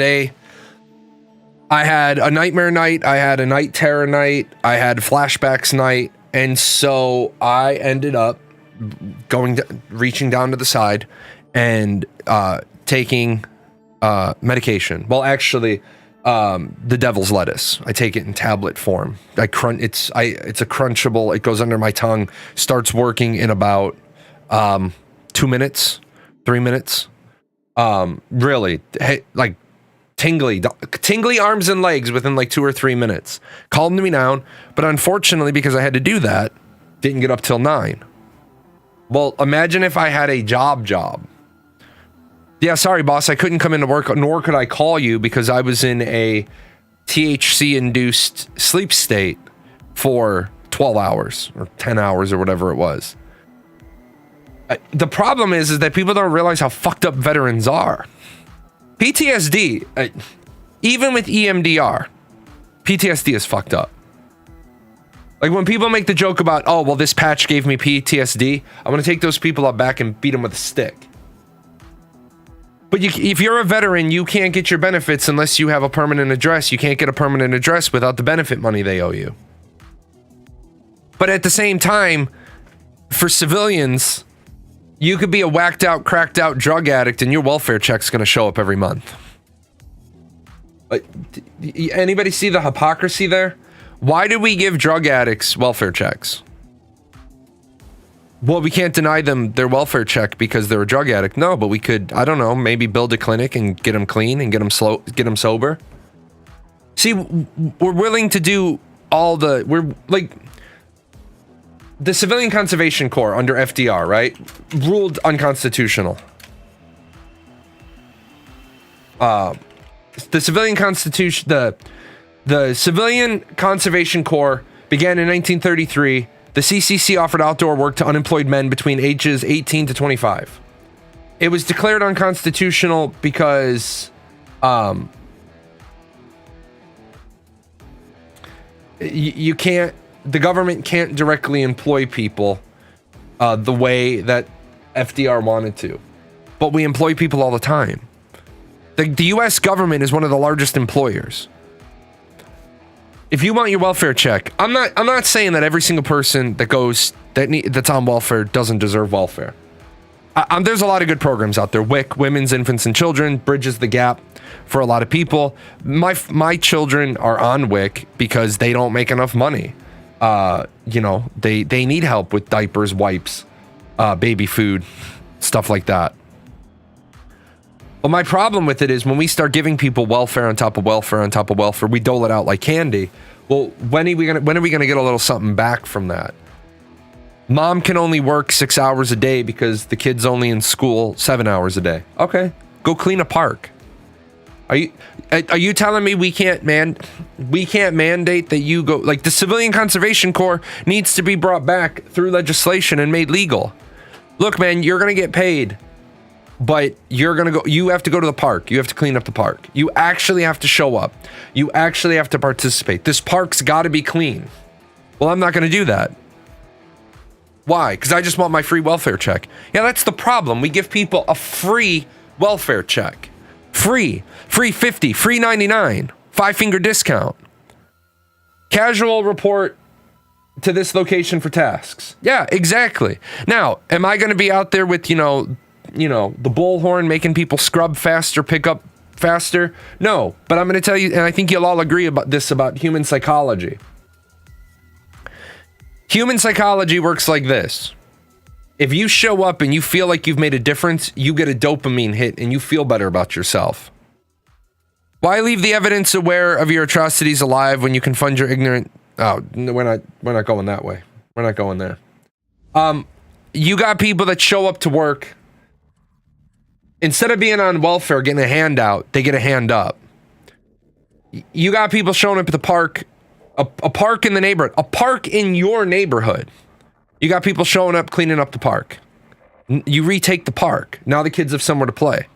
When the gangbangers that trashed the park go back to that park, then the welfare office contacts the local police department and says, hey, what the fuck's going on here? Why is it that we go to that park every week and clean it up and where is the police presence? Remember people talked about they want to defund the police? Defunding the police is another one of those really stupid things that you say. I want to refund the police and redistribute the and redistribute the money into other areas. The police are funded to the level they are for a reason. You can't defund the police to fix the problem. You got to fix the problem cutting elsewhere. Fix the problem, then defund the police because you no longer need them. The only way you can defund the police is to not need the police. If you need the police, you need the police. You can't turn around and say, we're going to defund the police to put the money into the schools. No, it doesn't work that way. We need to find a way to put money into the schools, get kids to stop being what they are and be better. And then when we don't need as many police, we defund the police, we put that money elsewhere. My Uncle Red was a retired Navy Master Chief in the 1960s. He moved to Oregon and tried to pull unemployment. They told him to show up on Wednesday to pick up trash. He said no. They said that no unemployment checks. So he didn't draw unemployment because 1, he didn't really need it, and 2, he didn't want to pick up garbage. I doubt it's still like that though. No, I mean it is. I remember being in a. I remember being on unemployment and being told that if that person over there quits, my unemployment would be coming to the unemployment office, helping other people get unemployment. I would not be receiving a check. I would be in job placement because my rare and unique skill of being able to type. I was literally told that when I was collecting my unemployment. If that person quits, we're going to call you for the rest of the summer. You're going to get a check to come in here and sit here and help run unemployment. Because remember, unemployment is for when they can't match you with a job. If you want to help other programs, there's charities in your community that can use your money and time. Yep. They have these long-term homeless people that collect cans, clean stuff, and hustle, but can't get a leg up. Right, and and this is what's so bullshit about we can't help people. I have a buddy who's I have several buddies that run construction companies. And my buddies will go to homeless vets that they see on the street and they say, before I go to the Home Depot, before I go to the Lowe's, before I go to the Menards and pick up a bunch of immigrants for the day, do you want a job? And the homeless vet will be like, well, doing what? Well, what can you do? Can you swing a hammer? Can you push a broom? Can you stoop? Can you bend over? There's a guy. We have a weekly rate room hotel. I want to say if you're a veteran, the room is $35 a night. The room is $35 a night. My buddy who owns a construction company saw a homeless vet out there and said, I want to give you a job. I have a construction company. I want to get you off the street. I want to get you out of the cold. I want to help you get your life back in order. Because my buddy's a vet. We're all vets. And the guy's like, that'd be great. What do you need me to do? He's like, well, what can you do? He's like, well, I'm CE from the military. He's like, so you're a carpenter? He's like, I'm in everything. I'm a jack of all trades. And he's like, all right, what I'm going to do, I'm going to pay your room for the week. You're going to work for me today. I'm going to, if you work for me all day, hard today, I'm going to pay for your room for the week. And I'm going to give you $15 of spending, $15 of grocery money. He's like, and then we're going to go up on base. We're going to get you some new boots, some new gloves, some new jeans, and a new hoodie. It's like, we're going to do all that today. If you show up for work tomorrow, you'll have some spending money in your pocket. So the guy was in his ratty ass clothes, worked hard all day. They took him to the hotel. They took him to the motel, got him a 7-day room, took him on base, new boots, new gloves, new jeans, a new hoodie, new underwear, new socks, all that. A razor, shaving cream, shampoo, all that, all the toiletries, all that stuff. Next day, guy shows up to work looking like $1 million. Not even bullshitting you. Guy shows up looking like $1 million. He got off the street. He got a meal. He had a hot shower. He was able to shave. He was right across the way from that motel is a barber shop. Homeless vets can get a haircut for free. He did all that, walked over there, got a haircut, got a high and tight, looked like $1 million fucking bucks. Worked hard the second day, spending money. He actually asked my buddy, he's like, I only need 15 of this. I only need 15 of this to get, I have a little bit of food. I need just a little bit of food, a couple of bits and pieces. Hold on to the rest of this for me. And I forgot what the rest looked like. The rest looked like about $89, about $90. He says, hold on to the rest for me. Next day, same thing. Guy shows up, clean shaven. I only need $15. Please hold on to the other 90 for me. Fifth day, it's Friday. hold on to the rest for me. The guy said, well, let me give you, he's like, I have all the food I need for the weekend. The $15 a day, I got my canned stuff. I got a couple of MREs off the base. I got my stuff. My buddy said to him, why don't you want the money? He says, if you give me $270, right? If you give me $270 on a Friday, I'm going to walk down to the VFW hall and I'm going to drink it all away. Hold on to it for me. So, Monday comes along and he says, okay, can you come with me to pay my room? I don't want the money. I don't trust myself with the money. Can you come with me to pay my room? And he says, absolutely. They worked all day. Guy made his money. They walked in, paid for the room for another 7 days. The guy got his feet underneath him. At that particular place, there's a VFW right down the way. He walked down. He introduced himself. He said, hey, I may come in from time to time. Please don't sell me any alcohol. I'm a recovering addict. I just need people to talk to. Please don't give me any alcohol. And they did. It's a great VFW hall. We have 2 really great VFW halls here. The guy turned his life around. My buddy ended up holding on to the money for him, opening up a bank account for him, put all the money in there, was earning interest, but the guy was living on his room, his motel room, and $15 a day. And then pretty soon he only asked for $10 a day because he had enough food. His hotel room was full of food. That's how you help somebody. Not dole them out more money than they need and they're doing drugs and they're drinking, they're pissing it all away. Why isn't there a fucking drug test to receive your welfare? Oh, because we don't want to insult them. There was a rancher in Santa Barbara that didn't like seeing all the homeless. He had 3 old longhouses from the 1940s. He had them inspected, repaired as required with heat installed. He would go around and tell the homeless about it. They just couldn't do drugs, illegal stuff, and they could live there. Porta potties cleaned weekly with the rest of the ranch, offered work to those who wanted to work. City threatened to fine him for not code licenses. He had to kick everyone. Was sad that the government would rather people live on the street and than not getting taxes fee from people trying to be charitable. Yeah, I saw this one.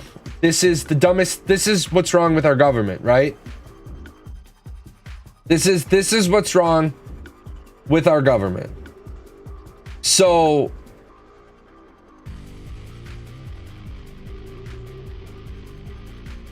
there was a spot where a group of individuals needed a set of stairs.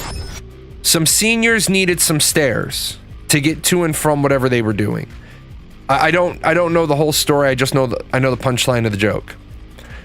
So as you can see, the city says these stairs will cost $65,000. Now I'm going to be honest with you. This is the bullshit waste I see. There is no way that you are going to tell me that stairs are ever going to cost $65,000. I don't care if it's concrete stairs. To build stairs, it's not going to be $65,000. Guy builds it for $550 and then the city tears it down. This is why I say this. I want to get the Paradox community together. I want to I want to win the Powerball and I want to buy an island and I want to bring all the like-minded individuals to that island because nobody in my community would ever condone or tolerate this shit. If I was like, yeah, guys, I'm going to tear down those stairs that Sparky built, people would be like, why? Well, they might not be up to code. Well, why don't you inspect them? And if they're not up to code, then why didn't you build the steps for $550? Because if Sparky could build them for $550, then can't the professionals, the city employees, build those stairs for $550? But this is the bullshit I'm talking about. This is why we are never, ever going to get ourselves out of this problem. We're never going to get ourselves out of the fucking hole we've dug until we're willing to say Jay needs to be president, and when I run for president, I'm going to get a supermajority in the House, a supermajority in the Senate, and then I'm going to say, all right, guys, the first thing we're doing is we're getting rid of political parties. We're getting rid of the political parties. You can't fix this shit where people are wrong. Like, you want to talk about school reform. I don't want to know what the Democratic Party's platform is or what the Republican Party's platform is. I want to talk to the parents of the kids and say, what is it you need? You guys know I talked about school reform and how school should be year-round. A quarter of school should be 12 weeks because it's a quarter. You can't have a quarter of school. I always laugh at the schools. The schools say that they're a quarter, and I say, no, they're not, because it's not a quarter of anything. They kind of look at me. They're like, what? So 12 weeks, 8 weeks of school, two-week blocks of enrichment. Your kid has to go to a minimum of 6. Your kid has to go to a minimum of 6 of the enrichment weeks, enrichment pods. So for those of you that aren't quite, because the visual learners who aren't quite following what I'm saying, oops, I can't do it because I lost it. I took it down. So January, February is the academic portion of the quarter. The first 2 weeks of March are yellow. The bottom 2 weeks of March are blue. Your kid has to be there for yellow or your kid has to be there for blue. If your kid wants to come to yellow and blue, they can. If you want to take your kid to Disney World, you take your kid to Disney World during yellow or blue.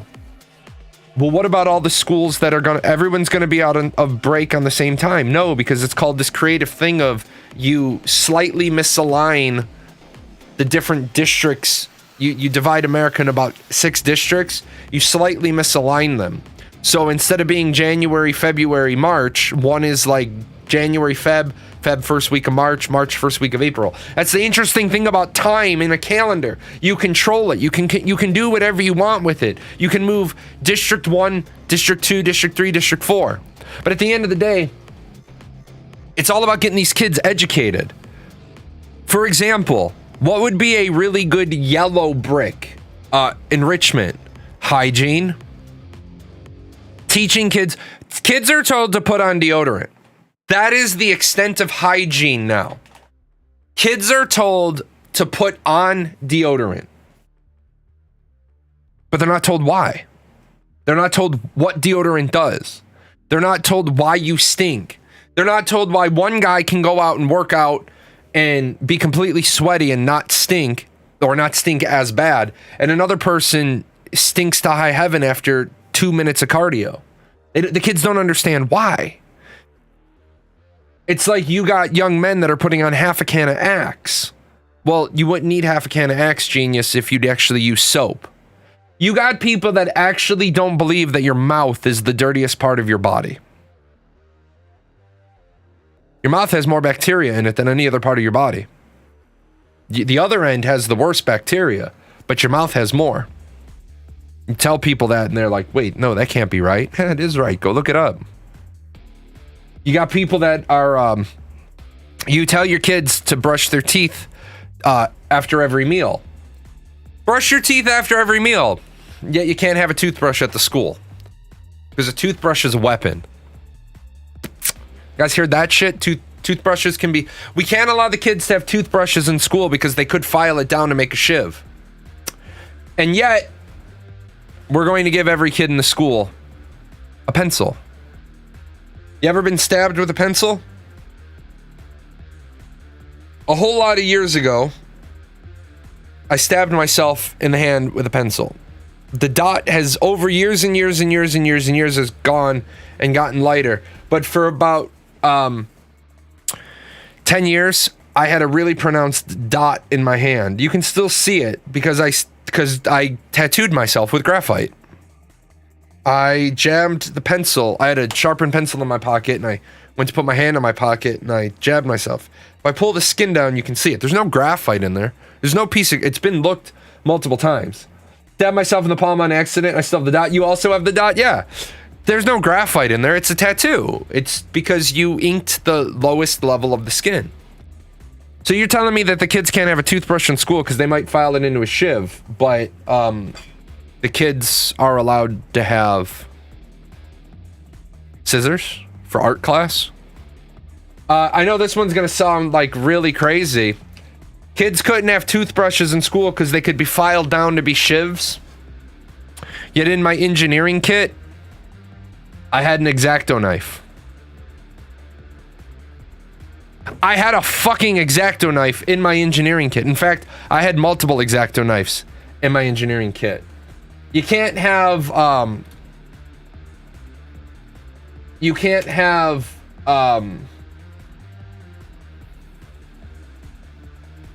you're not allowed to have a toothbrush in school because it might be used for a weapon, and you guys are gonna fucking lose your shit.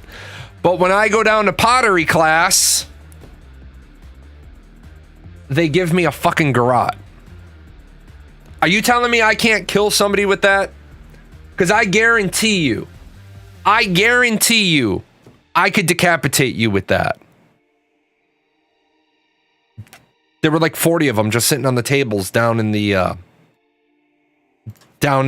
pottery room because we had pottery and ceramics.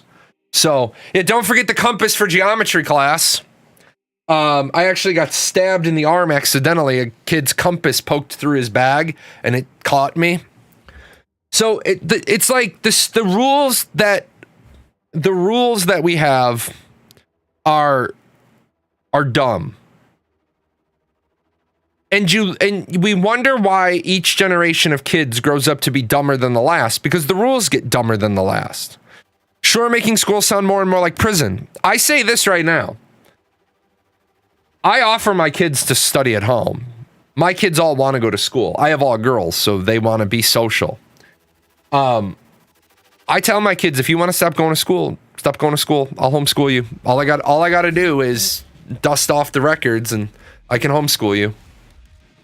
My kids get a better education from me in consumerism than they're ever going to get from the school. And you know that to be true.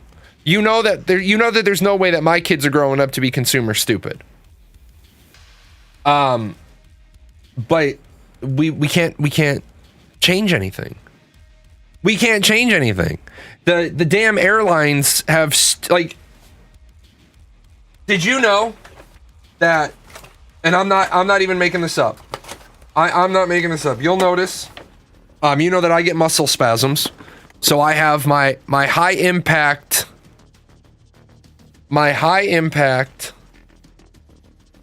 cordless muscle massager.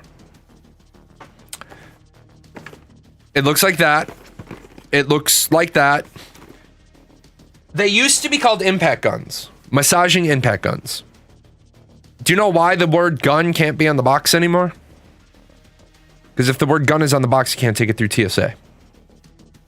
Because that's how dumb TSA is. That's how dumb TSA is.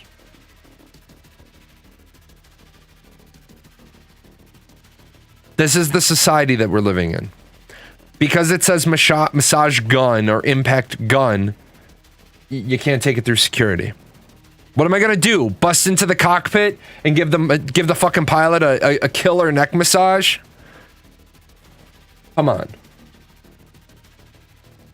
It's like, have you seen the insanity about the new plane designs? They want to change the way the planes are designed so there's a bathroom in the cockpit. Because on the rarest of occasions, when the pilots need to leave the cockpit, it creates a window of vulnerability. So we want to spend hundreds of millions of dollars putting a bathroom in the cockpit that's probably never going to be used, except in the rarest of occasions, because we can't open a door and re-secure it and close the door and re-secure it in an orderly fashion. I have a better solution. If that's what you want, then why don't you just have a gate that opens and lock or crosses the threshold and locks? Hell of a lot fucking cheaper than putting another bathroom on the plane. So you want where the because you know the bathroom is usually right outside the cockpit door, then just put a grate that goes But yet we're still going to cram as many seats as possible with no legroom in the main cabin. And, right. Absolutely. But what if the pilot gets taken hostage? Well, that's why the pilot's in the bathroom and the co-pilot's in the cockpit. The door to the cockpit is locked. So that's what I'm saying. Yeah, it's basically an airlock. It's a trap area. It's an entrapment area. You have the bathroom, and so all you do is you have a gate that goes across. The pilot, because they already tell you, ladies and gentlemen, we're just letting you know that the front lavatory is currently closed. If you need to use the bathroom, please go to the rear of the plane. Please do not walk towards the front of the airplane at this time. Okay? The pilot comes out, slides out, locks the door, and then when he wants to go back in, the other pilot, I'm saying the pilot, but it could be the co-pilot, the other one opens the door. And then, ladies and gentlemen, we just want to let you know that the front lavatory is once again available for use. As a reminder, you may not line up outside of the front lavatory. There may only be one person in the lavatory at a time. Thank you for flying Jahlon Air. Did I see the thing about them removing the heart test thing for pilots because of the COVID vaccines? No. I wasn't aware that the COVID vaccine was causing problems with people's hearts with any reliable certainty. If the COVID vaccine is affecting your heart rate, then we've got bigger fucking problems than taking off the heart rate test. With that said, guys, I love this show. I love doing this. I love to see that our show is growing. I love being over on this channel once a week. Keep in mind, next week I'm going to be doing a little bit on the auditors thing, or I'm going to be talking about amendment auditors. And most of the time it's called First Amendment auditors, but I don't think you can do First Amendment. I think you need to do First, Fourth, Fifth, and Sixth, because if you're engaging with the police officers, you need to know what your Fourth, Fifth, and Sixth Amendment rights are. A lot of you are like, wait, what? I have other amendments? I only know about the First and the Second and the Fifth. You need to understand, like, for example, real quick, in America, when you get stopped and detained, the cop has the right to do what's known as a Terry frisk. The cop is allowed to pat down. But interestingly enough, if you have a baggie of drugs in your pocket, the cop, at that point, even if the cop knows you have the baggie of drugs, his Terry frisk is not probable cause to search your pockets. Terry frisk, Terry versus Ohio, very specifically there to make sure you don't have any weapons. Which I always think is stupid, but police officer safety is police officer safety. It's always interesting when you're a concealed carry permit and the police officer detains you. It's like, I'd like to do a Terry frisk. Yeah, I'm carrying a 9mm Beretta in an underarm shoulder holster. And then they look at you. Now what? I'm armed, you're armed. What is it? What do you want? But anyway, yeah, you got your Fourth Amendment rights, and people are like, the cop violated my Fourth Amendment rights because he patted me down. No, dumbass, Terry versus Ohio. You got your Sixth Amendment rights, right to a speedy and public trial. Why is that important? Well, because some people think that they have to be brought in front of the judge within 10 minutes. Hate to tell you, you get arrested. Doing an amendment audit on Friday is a really bad idea, because if it's after 4 o'clock on a Friday and they don't do Saturday arraignments, you might be in jail until Monday. Is that an open hand frisk? I mean, they're checking. That's a pat down, not checking your pockets. Like, for example, fake gun, fake gun, fake gun. If I had this stuffed in the small of my back, if they were patting me down, they would say, sir, what's that in the small of your back? I'd be like, it's a pistol. I have a concealed carry. But you were supposed to already identify yourself as concealed carry when the first thing you're supposed to tell a police officer when they engage with you, blah, blah, blah. Hi, I'm Officer so-and-so. Hi, I have a concealed carry permit and I'm carrying. Can I get your name? No. I don't have to give you my name. I'm letting you know I'm concealed carry. And if we get to that point of the stop where I need to prove I have my concealed carry, we'll get there. But at the moment, I'm just letting you know that I have it for your safety and mine. Well, can I get your name? No. Well, you just told me you're carrying a firearm. You're right. I did. I self-disclosed that. But that doesn't mean I have to identify myself nor prove I have the right to do it until you prove this is a legal detainment. And even on a legal detainment, my concealed carry may not be related to that. But that's also where I tell people all the time, You can be right or you can be dead right. A lot of people are antagonizing police officers. I don't think it's a good idea to be antagonizing people who have a loaded firearm.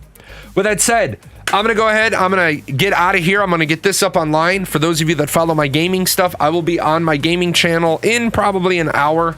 As soon as I get all this up, I'm going to be doing Final Fantasy 14. Guys, every Saturday, 11 o'clock Eastern, I'm here. I love doing this show. This show makes me happy. I love educating. I love engagement. I love talking to you guys. I'll see you next week.